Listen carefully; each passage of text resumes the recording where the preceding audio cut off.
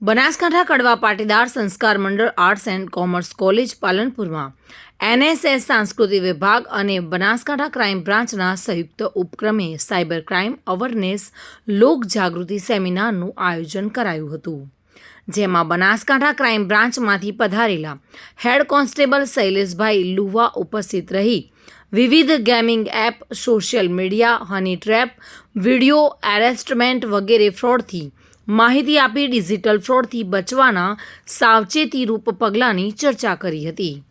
આ સેમિનારમાં સંસ્થાના પ્રમુખ ઈશ્વરભાઈ પટેલ, કારોબારી સભ્યશ્રીઓ અને દાતાશ્રીઓની વિશેષ ઉપસ્થિતિ રહી હતી. સાયબર ક્રાઇમ અવેરનેસ સેમિનારનું સુચારુ આયોજન આચાર્ય ડૉક્ટર IR પટેલના માર્ગદર્શન હેઠળ તથા પ્રોફેસર હરગોવિંદ દેસાઈ દ્વારા કરાયું હતું. આ કાર્યક્રમનું સંચાલન પ્રોફેસર મિત્તલ જોશીએ અને આભાર વિધિ પ્રોફેસર મુકેશ ગઢવી દ્વારા કરવામાં આવી હતી. આ કાર્યક્રમમાં BSc, BEd અને MAd કોલેજના વિદ્યાર્થીઓ પણ સહભાગી બન્યા હતા. જોકે NSS program officer Hargovanbhai Desai દ્વારા માય ભારત પોર્ટલ પર ઇવેન્ટ બનાવી જનજાગૃતિ અર્થે પ્રચાર પ્રસારનું કામ કરવામાં આવ્યું હતું. આર્ટ્સ એન્ડ કોમર્સ કોલેજના અધ્યાપકગણ અને વિદ્યાર્થીઓ આ કાર્યક્રમમાં સહભાગી બની સેમિનારને સફળ બનાવ્યો હતો.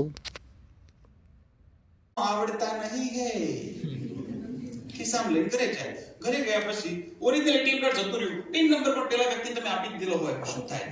એક વ્યક્તિ બીજા ATM કાર્ડ બીજા ATM રૂમમાં જઈ અને પૈસા વિથડ્રોલ કરી નાખે છે. આ બનાવો અત્યારે ખૂબ બની રહ્યા છે. એટલા માટે આપણું ઓરિજિનલ ATM કાર્ડ ક્યારેય કોઈ પણ અજાણ્યા વ્યક્તિને નહીં આપવાનું. આ તમારા પરિવારમાં જે ઉંમરલાયક વ્યક્તિ હોય એમને તમે જાણ કરી શકો છો. બીજા નંબરે છે ATM ક્લોનિંગ, સ્કેમિંગ. આ ઇસ્યુમાં એક સ્કેમર નામના ડિવાઇસનો ઉપયોગ થાય છે. સ્કેમર જે ગ્રીન કલરમાં તમે જોઈ રહ્યા છો, અલગ અલગ મોડેલમાં ઉપલબ્ધ હોય છે અત્યારે તો. ચોરસ છે, લંબચોરસ છે, લંબગોળ છે, અલગ અલગ મોડેલમાં ઉપલબ્ધ હોય છે. આ સ્કેમર ડિવાઇસમાં તમારા ATM કાર્ડનો ડેટા સ્ટોર થઈ જતો હોય છે. એક ચિપ્સ આવે છે અને એમાં ડેટા સ્ટોર થઈ જાય છે. ફ્રોડસ્ટર લોકો શું કરે છે, આ સ્કેમર ડિવાઇસને ATM કાર્ડ ઉપર આવી રીતે ચિપકાવી દે છે. નોર્મલી ચિપકાવી દેતા હોય છે અને આપણે જ્યારે ATM કાર્ડ દાખલ કરીએ, પૈસા વિથડ્રોલ કરવા માટે પિન દાખલ કરીએ, એના પછી પૈસા લઈ લીધા, ATM કાર્ડ આપણું ઓરિજિનલ લઈ લીધું અને આપણે નીકળી જઈએ છીએ. છતાં પણ આ બનાવ બને છે. ઓરિજિનલ ATM કાર્ડ આપણી જોડે આવી ગયું તોય બનાવ બને છે.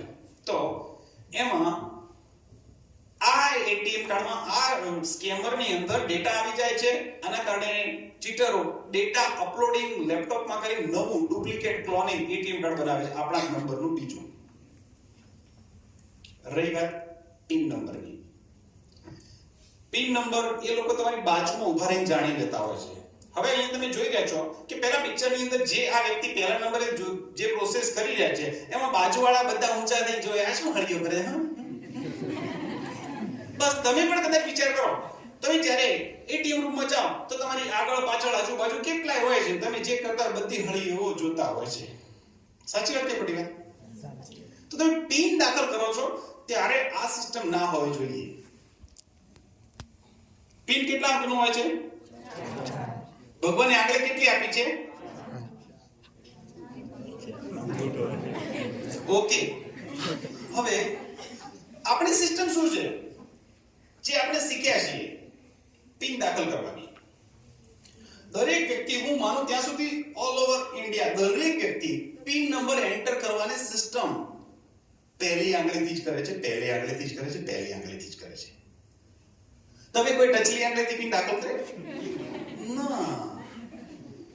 પરંતુ પિન એન્ટર કરતી વખતે હંમેશા એક હાથનો ઉપયોગ કરો છો, એ વખતે બીજો હાથ ફ્રી હોય છે, એને કીબોર્ડ ઉપર ઢાંકી દેવાનો અને ચારે ચાર આંગળીનો ઉપયોગ કરવાનો.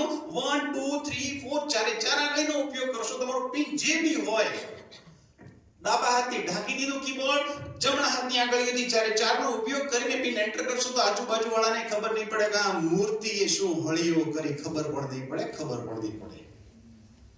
બચી શકાય કે ના બચી શકાય?